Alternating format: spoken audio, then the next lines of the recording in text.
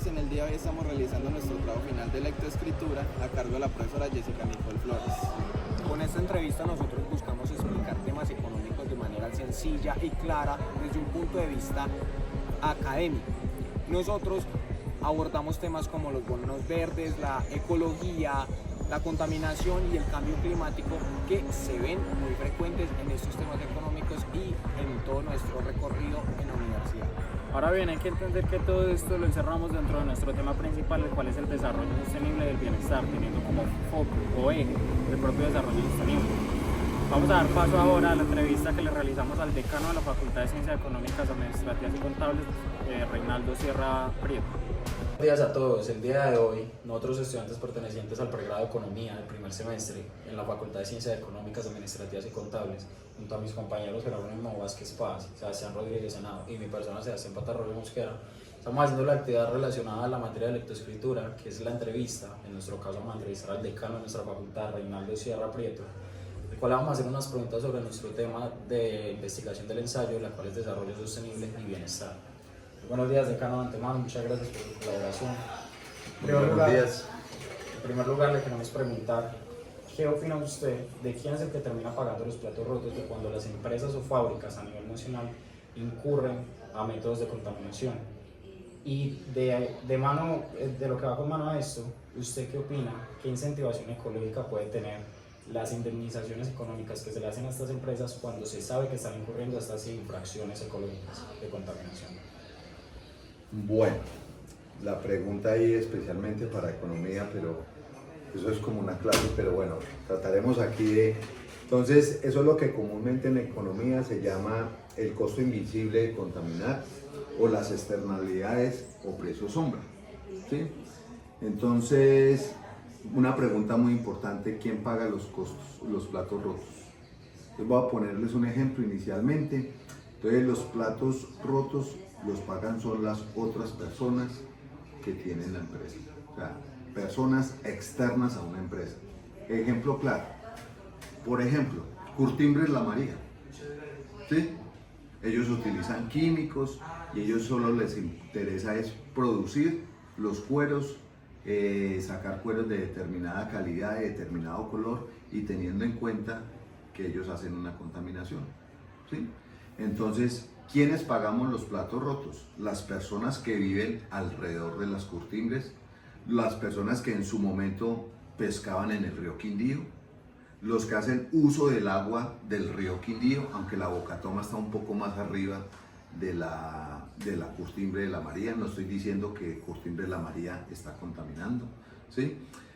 Entonces, ¿quiénes pagan los platos rotos? Ese es un ejemplo. Otro ejemplo, cosas que han sucedido, por ejemplo, con carbones de Cerrejón en La Guajira.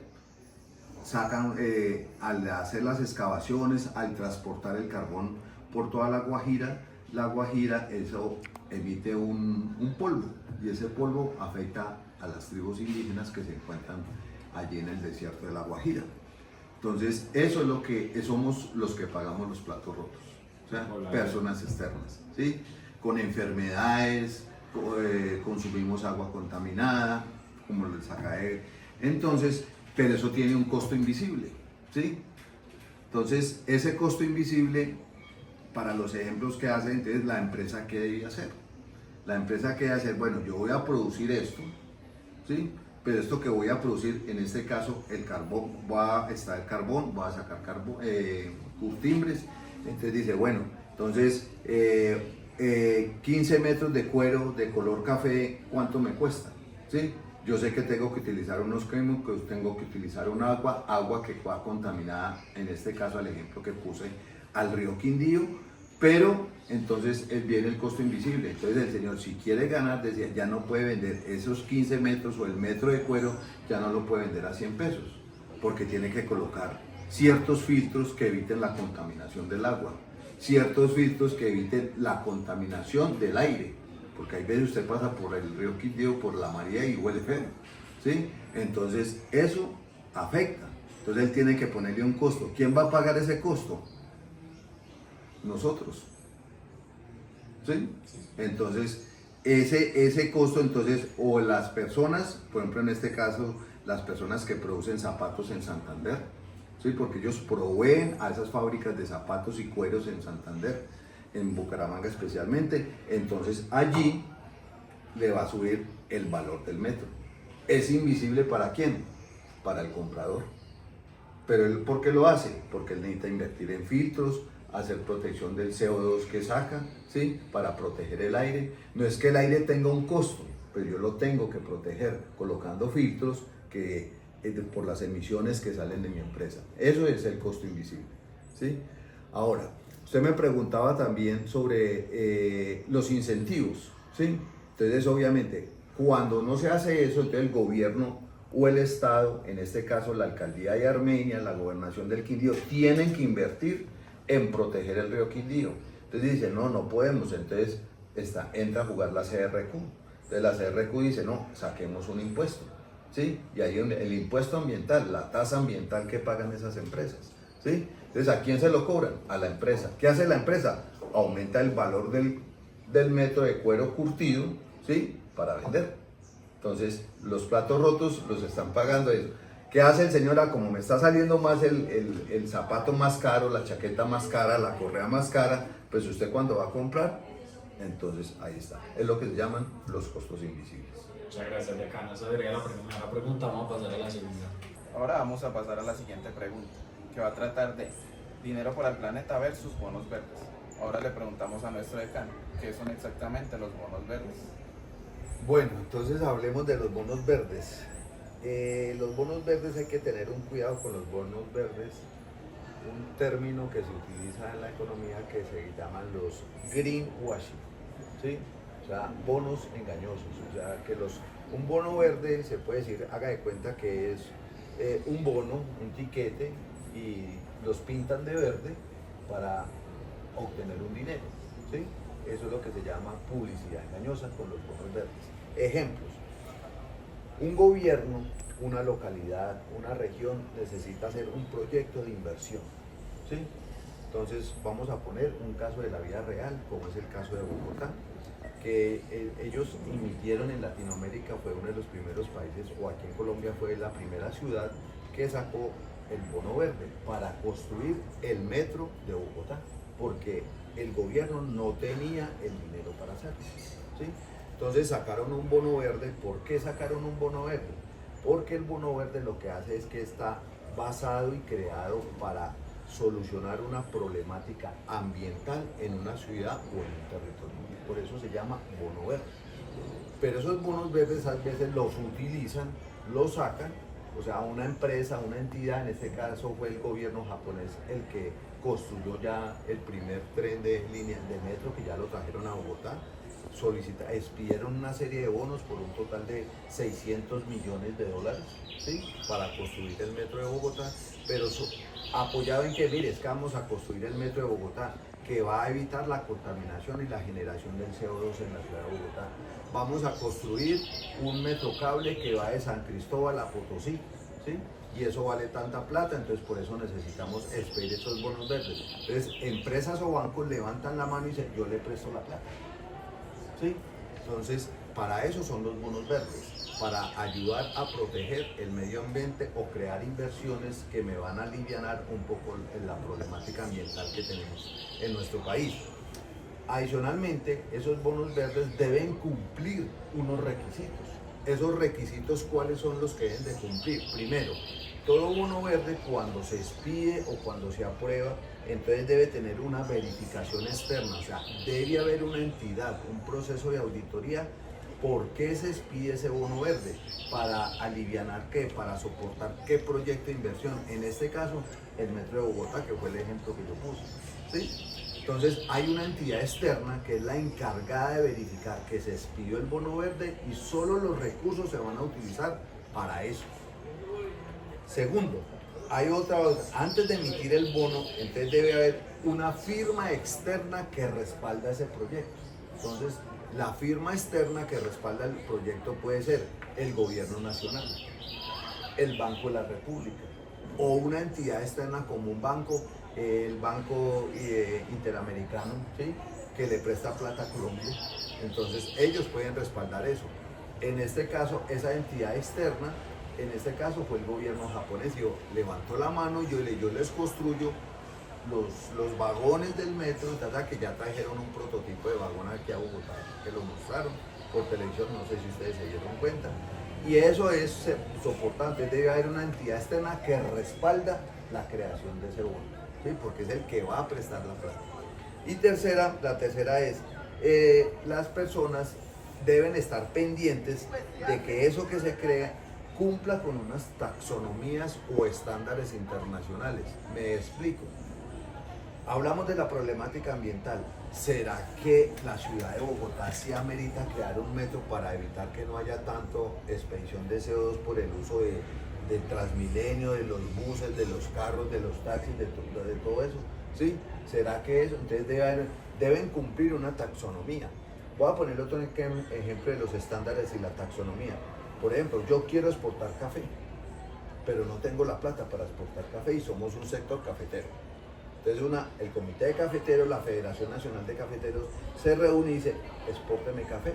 Entonces le van ¿a dónde? A Europa. Entonces Europa le dice, ¿quiere que le compre café? Certifíqueme que el terreno, o sea, un estándar, no está utilizando químicos para fumigar el café, sino va a utilizar químicos orgánicos. No me está afectando que el sector la producción del café me está afectando a afluentes hídricos, ¿sí? Porque el agua con que se lava el café también va a dar a los afluentes. Entonces, yo le compro ese café si usted me certifica si cumple con este estándar, con esto, con aquello y tal. Entonces, a eso es lo que me refiero, que es la tercera fase, ¿sí? Entonces, deben cumplir los estándares para evitar que los bonos verdes se vuelvan, como dije yo ahorita, unos greenwashing, ¿sí? O sea, se vuelvan una publicidad engañosa que no cumpla con las expectativas para lo cual se está adquiriendo ese bono o el dinero que respalda ese bono para construir una infraestructura o hacer una inversión que proteja el medio ambiente. Muchísimas gracias, decano. Pasamos a la tercera pregunta.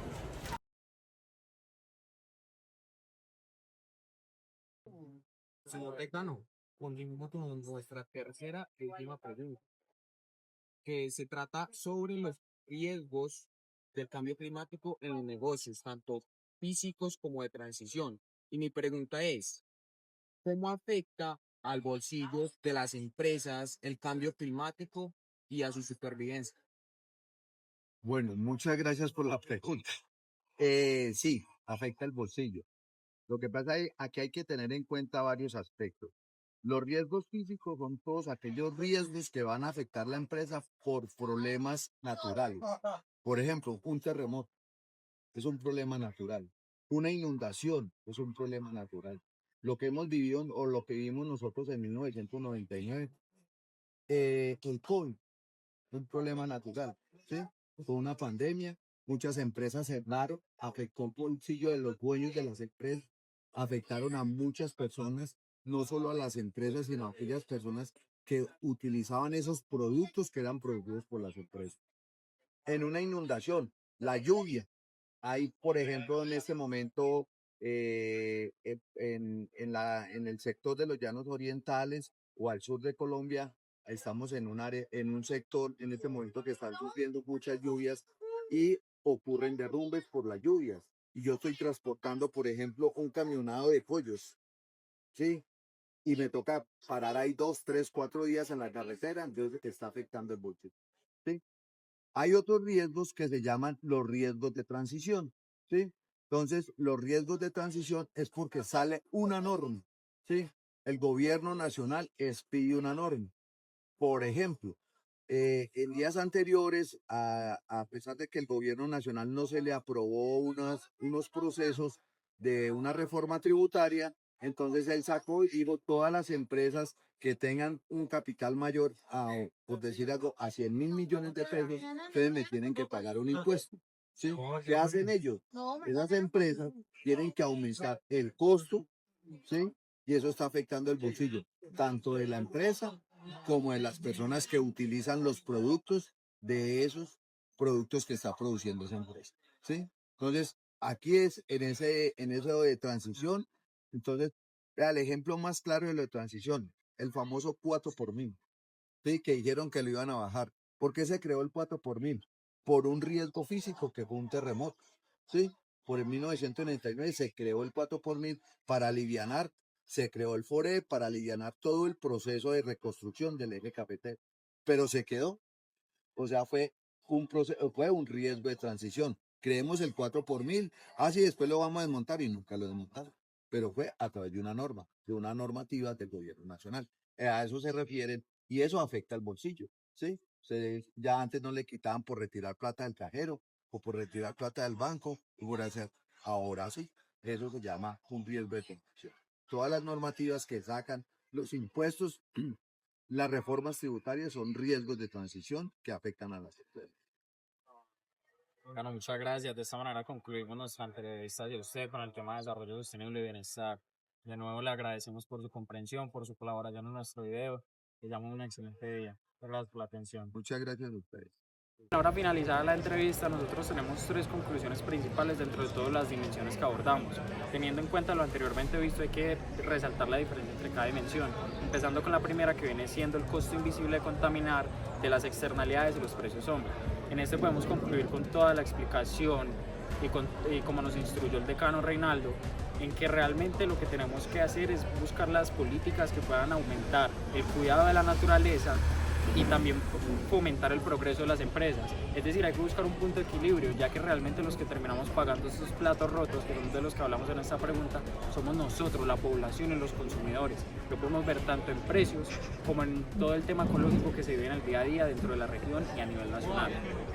Ahora pasando a la segunda conclusión, que es la segunda dimensión, es el dinero para el planeta versus la publicidad engañosa.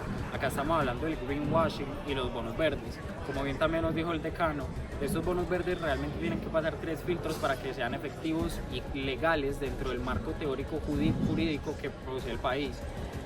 Como normalmente se encuentran esas irregularidades en todos estos procesos, como los procesos de licitación, que son muy comunes dentro de las alcaldías y las municipalidades del país, entonces realmente tenemos que fomentar es más el cumplimiento de estos 3 estípulos, de estos 3 filtros para poder realizar el tema de los bonos verdes de manera legal y de manera justa, tanto con la sociedad, con nosotros como consumidores y con las empresas. Y por último, la tercera dimensión y la tercera conclusión vienen siendo los peligros del cambio climático en los negocios, que vienen siendo los temas de riesgo físicos y transición. Tomando como último ejemplo lo que me mencionó el decano Reinaldo, que viene siendo el tema del 4x1000, estas son medidas que eran de transición y simplemente preventivas por un tema de desarrollo que hubo para hacer un tema de prevención dentro de una posible crisis, o como nos mencionó también el terremoto en 1999, pero que terminó siendo algo que acabó implementado a actualidad de hoy y es algo que se sigue cobrando de manera justa. De esta manera concluimos nuestra presentación y les agradecemos a todos por su atención.